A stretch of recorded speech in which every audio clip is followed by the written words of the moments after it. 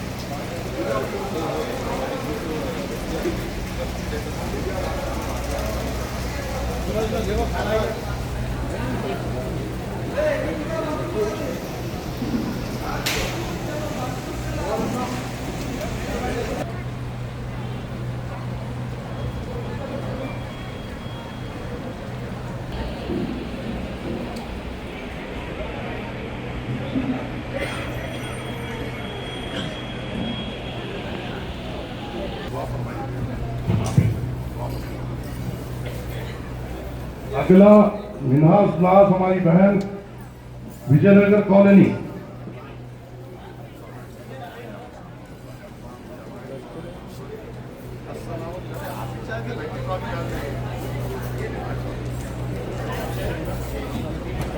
अगला टोकन बुशरा बे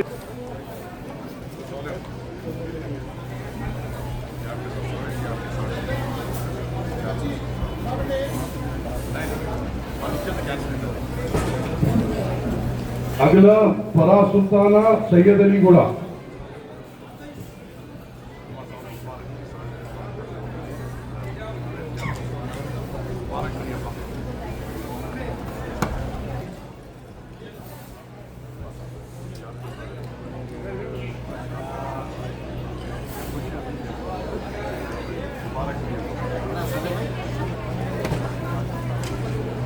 अगला आसिफ खान फसलान सर।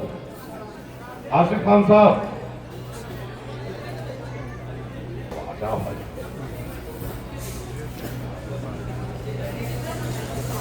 थोड़ा फोन नीचे बस।